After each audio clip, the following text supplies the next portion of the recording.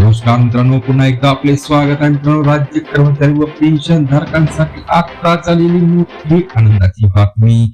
March paid in एप्रिलच्या वेतनाबाबत मोठी update. शेवटी पगाराची तारीख ठरली, अनुदान प्राप्त झाले. अशी मोठी बातमी पुढे जाणून घेऊया आपण ही बातमी या व्हिडिओच्या माध्यमातून सविस्तर. त्याकरता व्हिडिओ शेवटपर्यंत पाहून मित्रांनो, चॅनलला आपण सबस्क्राईब केलं नसेल तर नवीन अपडेट मिळवण्याकरता आपल्या चॅनलला सबस्क्राईब करा, व्हिडिओला लाईक करा आणि मोठी बातमी आपल्या मित्र व परिवाराला सुद्धा शेअर करायला विसरू नका. तर मित्रांनो, राज्यातील शिक्षक व शिक्षकेतर कर्मचाऱ्यांसाठी दिलासादायक बातमी समोर आली आहे.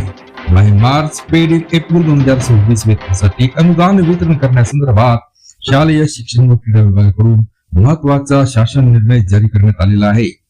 या निर्णयामुळे प्रलंबित वेतनाचा प्रश्न मार्गी लागण्याची शक्यता असून कर्मचाऱ्यांना लवकरच वेतन मिळण्याचा मार्ग मोकळा झालेला आहे. विविध लेखा शीर्षक खाली अनुदान मंजूर.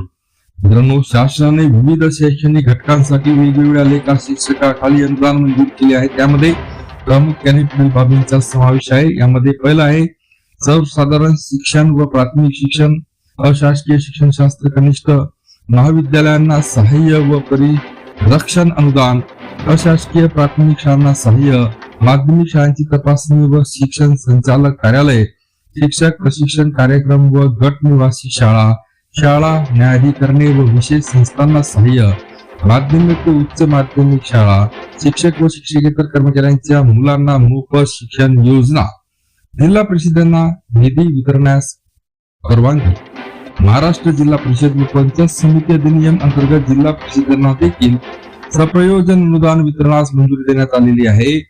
यामध्ये विशेषतः प्रौढ शिक्षण कार्यक्रम यासारख्या उपक्रमांचा निधी उपलब्ध करून देण्यात येणार आहे. पुन्हा भेटूया नवीन अपडेटसह पुढच्या व्हिडिओमध्ये. धन्यवाद.